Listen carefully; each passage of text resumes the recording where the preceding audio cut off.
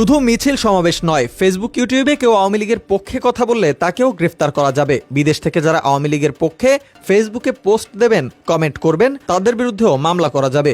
এছাড়া এখন থেকে পুলিশ পেনাল কোডের 188 ধারা অনুযায়ী আওয়ামী লীগ নেতাকর্মীদের গ্রেফতার করতে পারবেন, এমন তথ্য গণমাধ্যমকে দিয়েছেন বিভিন্ন পুলিশ ও আইনজীবীরা।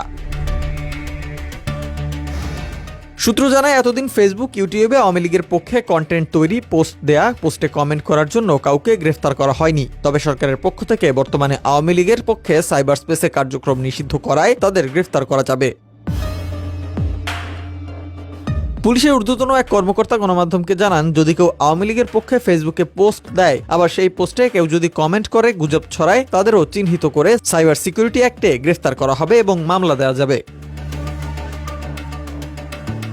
তিনি আরো বলেন, যারা বিদেশে বসে এসব করবেন তাদের বিরুদ্ধে তদন্ত হবে এবং মামলা দায়ের করা যাবে। কখনো দেশে এলে তাদের গ্রেফতার করারও বিধান রাখা হয়েছে। অর্থাৎ সাইবার স্পেস ব্যবহার করে কেউ আওয়ামী লীগের পক্ষে কথা বললে সেটি সরকারের আদেশ অমান্য বলে গণ্য হবে এবং সংশ্লিষ্ট ব্যক্তিকে আইনের আওতায় আনা যাবে।